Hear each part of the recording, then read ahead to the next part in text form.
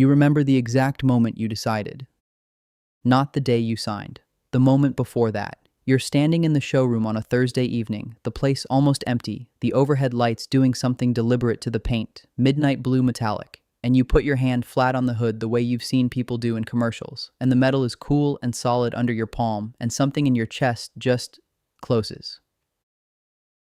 The way a decision closes when it's already been made and your brain is just catching up to your body. You are 25 years old. You have a salary with a comma in it for the first time in your life. Not generational wealth money, not quit your job money, but real money, grown-up money. Money that feels, after years of watching every dollar twice, like a kind of permission.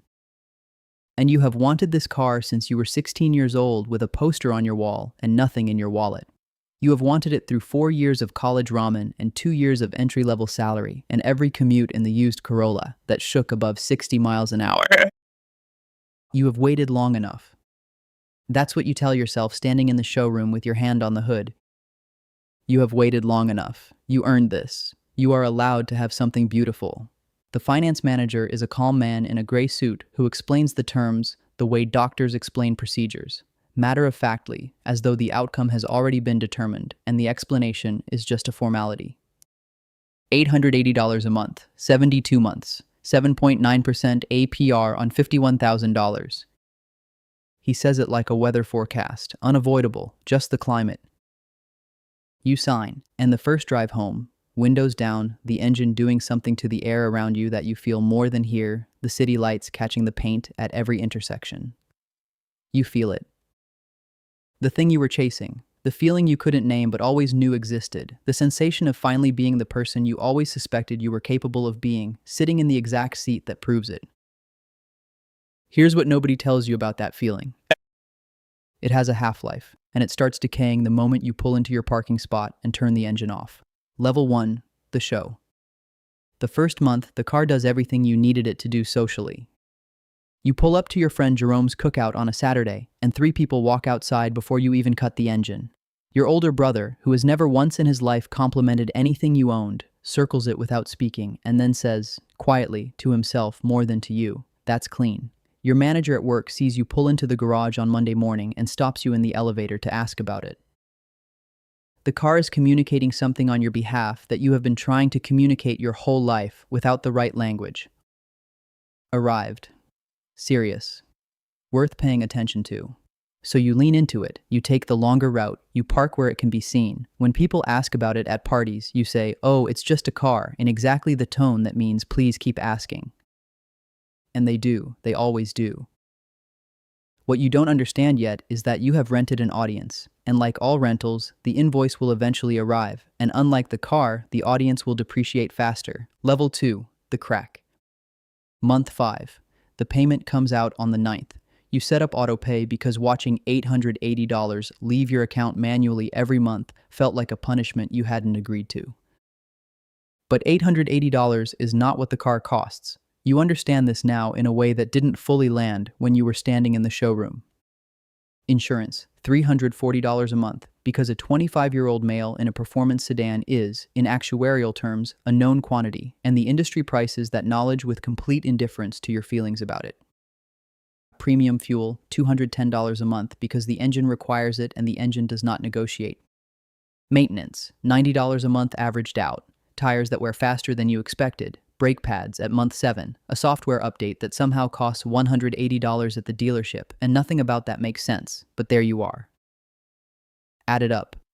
$880 in payments, $340 in insurance, $210 in fuel, $90 in maintenance, $1,520 a month, $18,240 a year. The payment was the headline. The rest was everything written below the fold that you didn't read closely enough. You adjust. You stop going out as much. You push back the trip you'd been planning. You tell yourself this is temporary, that you'll find the margin somewhere, that it'll balance. This is what financial tightening feels like from the inside. Not a collapse, not a dramatic moment of reckoning, just a slow narrowing. The world getting slightly smaller in every direction at once. Each individual cut seems rational, logical, fine.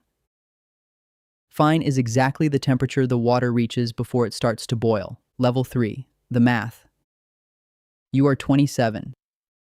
Your coworker Priya just put a down payment on a condo. Priya, who drives a 4-year-old Hyundai Elantra with a travel coffee mug permanently in the cup holder. Priya, who makes within $6,000 of what you make, and has worked at the same company for the same amount of time and has never once mentioned money at a party because she was too busy quietly moving $900 a month into a brokerage account that no one ever asked her about.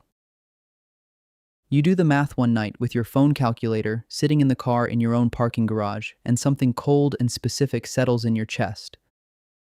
The car you bought for $51,000 is now worth approximately $31,000 on the open market according to 3 separate listings for the same year and trim. The loan does not know this. The loan still expects $880 on the 9th, regardless of what the market has decided your asset is worth. You still owe $38,000. Sit with that for a second. You owe $38,000 on something worth $31,000. You are underwater on an object you bought to feel like you were above water. And here is the number that actually breaks something in you. $18,240 a year, the real cost of this car. 5 years, invested in an S&P 500 index fund at the historical average return. $112,000. Not a fantasy number, not a get-rich-quick projection. The boring, patient, completely available math of putting $1,520 a month into something that grows instead of something that evaporates. $112,000 is a down payment on a real asset. $112,000 is a different set of options entirely. $112,000 is the version of you at 30 who has choices instead of obligations. You close the calculator. The car is in the spot below your window. Beautiful, completely indifferent to the math you just did about it.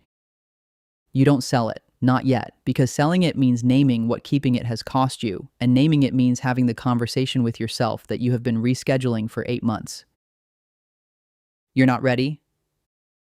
But the number is open now, and it doesn't close. Level 4. The audience leaves. Month 28. You notice it gradually the way you notice seasons changing, not one morning but across many mornings until one day the light is just different and you realize it has been different for a while. The coworker who used to stop by your desk doesn't anymore. Jerome hasn't mentioned the car in 6 months. The woman you took for a drive last year is now dating someone who drives a 3-year-old Subaru and seems, from what you can tell, perfectly happy. The audience you rented has found other things to look at. And the car is still there. The payment is still there. The insurance is still there. The premium fuel is still there.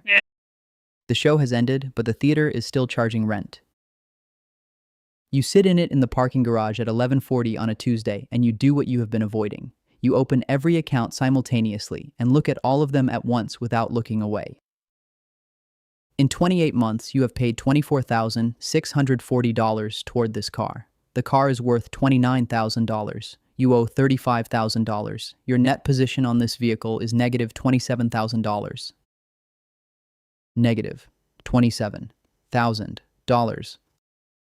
On an asset you bought to feel like you were winning. You think about something you read once about auto loan delinquencies hitting their highest rate in over a decade.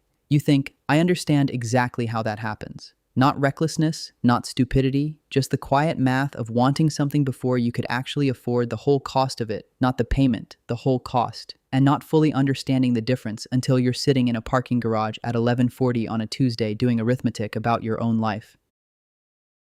You go upstairs. You don't sleep well. The next morning you list it. Level 5, the letting go. You sell it on a Friday. No ceremony. No final drive on a cinematic highway. You listed it Tuesday evening, had 4 inquiries by Thursday, and by Friday afternoon, a man named David, patient, unhurried, carrying a cashier's check in a plain envelope, drives it out of the garage and makes a right turn and disappears, and you stand on the sidewalk watching the direction he went long after the car is gone. The grief surprises you, not for the car, for the 25-year-old who bought it. For the version of you standing in the showroom with his hand on the hood, the city lights outside, the finance manager with his folder, the feeling of finally becoming the person you'd always believed was in there somewhere underneath the ordinary version. You are grieving that feeling, the specific, unrepeatable high of it, the way it felt in your chest on the drive home with the windows down. You settle the loan. You do the final accounting. After 28 months of payments, insurance, fuel, and maintenance, after every Tuesday parking garage moment, every deferred plan, every month the world got a little smaller, you walk away with $3,800. $3,800. That is the total material return on 2 years and 4 months of $1,520 monthly real cost. You put the $3,800 in an index fund. You don't tell anyone. You don't explain it. There is no one in your life for whom that sentence would land the way it needs to land right now, so you just do it quietly and close the app. 2 weeks later, you're driving a used Mazda 3 that costs $260 a month and has 61,000 miles and a small dent above the rear wheel, well, that the previous owner clearly stopped noticing years ago. And you feel something you were not expecting. Lighter. Not vindicated, not fixed, not like you proved something or recovered something or became wise in some clean cinematic way. Just lighter. The specific physical sensation of having set down a weight you'd carried so long that you'd forgotten it had a shape. Nobody circles the Mazda. Nobody comes outside. Nobody stops you in the elevator. You wait for that silence to hurt. It doesn't. And that tells you something important about what the last 3 years were actually about. Level 6, the truth. You are 30. Priya's condo has a balcony. She had people over last month. String lights, a view of the city, the specific energy of someone who built a thing and is now living inside it. You stood on that balcony holding a drink and felt two things that didn't fit together cleanly. Genuinely happy for her, and something sharper and more specific for yourself. Not envy, not regret exactly. Something more like understanding. The complete, unobstructed, lived-in-your-body understanding of what the car actually cost you. Not $51,000, not even the $112,000 in foregone returns, though that number is real and it is worth sitting with for longer than is comfortable. What the car cost you was the years between 25 and 30. And those years in the compound interest economy are not interchangeable with other years. They are the most expensive years you have, not because of what you spent in them, because of what that spending prevented from growing, the money that didn't compound, the habits that didn't form, the version of yourself at 30 who would have had a different set of options, a different kind of freedom, a different morning. Options are the whole game. Nobody told you that at 25, or maybe someone did and it didn't land yet because you hadn't lived enough of the math to feel it. Here's what nobody tells you about decisions that come from ego. They don't feel like ego when you're making them.